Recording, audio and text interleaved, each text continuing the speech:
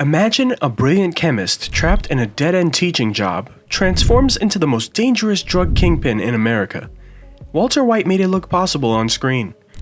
But could you actually survive his path in reality? The answer involves DEA forensics, criminal economics, and why Hollywood skips the parts that matter most. Walter White didn't start from nothing. The show establishes him as someone with legitimate graduate-level chemistry training, which means years of theoretical knowledge and hands-on lab experience. That's not something you pick up from YouTube tutorials.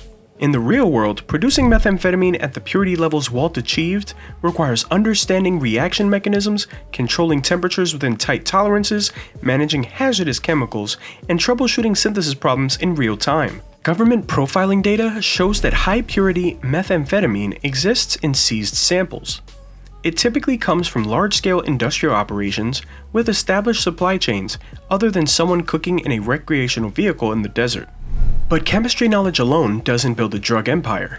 Walt had to rapidly acquire completely unrelated skills: negotiation with violent criminals, logistics coordination, money laundering, and eventually direct involvement in enforcement actions.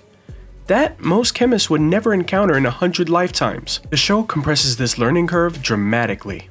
In one season, he goes from terrified amateur to calculated strategist. That kind of adaptation isn't impossible, but it requires a specific psychological profile that most people simply don't have. And here's where the character study gets interesting. Creator Vince Gilligan has stated repeatedly that pride drives Walter White more than anything else. The need to prove his worth, to be recognized, to matter. That wounded ego explains why he makes decisions that any rational person would avoid. A truly cautious operator would take small profits and disappear. Walt keeps escalating because stopping would mean admitting he's not special. That personality type exists in real life, but it's also the profile of someone who gets caught because they can't resist unnecessary risks. If you're starting to realize this character is way more calculated than you remembered, you're going to want to see where this analysis goes next. Hit that subscribe button because we're about to get into the numbers that makes Hollywood writers nervous. Let's talk about what this operation actually costs, because television conveniently skips the expensive reality. Setting up even a basic clandestine lab requires glassware, heating equipment, proper ventilation, and critically, consistent access to precursor chemicals. These aren't hardware store purchases. Methylamine, Walter's key precursor, is a watched substance. The DEA tracks purchasing patterns through dedicated databases designed to flag unusual chemical orders. Then there's location. Labs produce distinct odors, generate hazardous waste, and leave environmental contamination detectable months later. Homes used for methamphetamine production have required mediation costing tens of thousands of dollars. Walt's mobile RV lab is pure narrative convenience, solving the security problem while creating different risks of transportation exposure, visibility, and the impossibility of maintaining lab-grade conditions in a moving vehicle. The economics shift dramatically at scale. Industrial cartel production has driven wholesale prices down in many regions, squeezing smaller operators who can't compete on volume.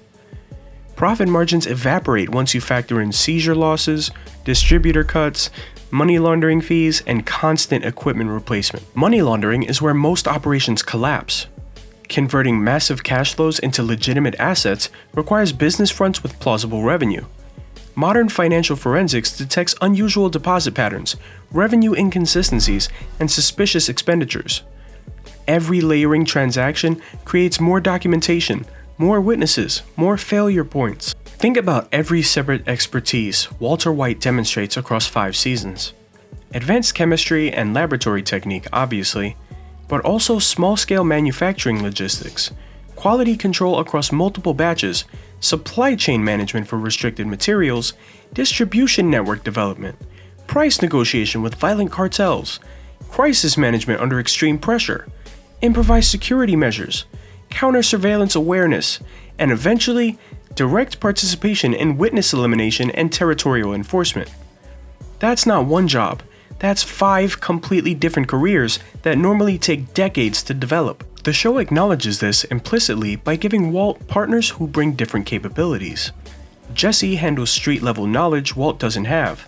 Gus provides institutional infrastructure and cartel connections. Mike contributes enforcement and investigation experience. Saul manages legal exposure and money movement. The entire operation requires this network because no single person possesses all these skills simultaneously. The moment you remove any one of these people, the whole structure becomes more vulnerable. But even with help, Walt's role demands constant decision-making in life or death situations with incomplete information. That's a specific kind of stress that produces measurable psychological and physiological effects. Research on criminal careers shows that most people either burn out or make fatal mistakes under that sustained pressure. The few who succeed long-term usually have institutional support, organized crime families, cartel infrastructure, corrupt officials that provide resources and insulation Walt is mostly operating without. And here's the part the show handles brilliantly as character study, but glosses over in practical terms. Walt's transformation requires progressive moral disengagement. Each escalation producing drugs, allowing deaths, directly causing deaths, poisoning a child, requires him to rewrite his own ethical framework. That's psychologically documented behavior, but it's also a process that creates internal contradictions most people can't sustain. The show dramatizes this through Walt's attempts to maintain his family life while running a criminal empire, and predictably, both sides eventually contaminate each other. Now let's inject some actual criminal justice data into this fantasy. Modern law enforcement doesn't rely on stumbling across suspicious activity. The DEA maintains sophisticated chemical profiling programs that analyze seized methamphetamine samples for synthesis signatures, trace impurities, cutting agents, and manufacturing methods that link different seizures to the same production source. They've been doing this for years, building databases that can track production networks across regions and time periods. That means Walter's signature blue product, which the show presents as a marketing advantage, would actually function as a forensic identifier, making every seized sample traceable back to his operation. Environmental detection has also advanced significantly. Clandestine labs produce chemical waste that contaminates soil and structures in ways investigators can identify. Neighbors report odors. Emergency responders recognize symptoms of chemical exposure. Utility companies flag unusual consumption patterns. Local law enforcement coordinates with federal agencies to share information about suspicious properties, purchases, and behaviors. The multi-layered detection network means that operating any significant production facility for years without discovery requires either extreme isolation or systematic corruption, neither of which Walt achieves in the show. Then there's financial forensics, which has become incredibly sophisticated. Banks report cash transactions above certain thresholds. Business revenues get compared against industry norms. Tax returns get cross-referenced with spending patterns. Digital transactions create permanent records. Even cryptocurrency, which some criminal operations attempted to use for anonymity, has proven traceable through blockchain analysis. The car wash money laundering scheme the show depicts would work for small-scale washing, but the volumes Walt eventually moves would require much more complex infrastructure. Shell companies, international transfers, trade-based laundering, each layer adding new points of potential exposure. Breaking Bad does something interesting that most crime dramas avoid. It shows consequences catching up with Walter White. His family disintegrates, people around him die, his health deteriorates, the empire collapses. But even this dramatically compressed version underplays the full scope of damage that real methamphetamine production and distribution creates. Public health data documents surges in addiction, overdose deaths, and social destabilization correlating with increased methamphetamine availability in communities.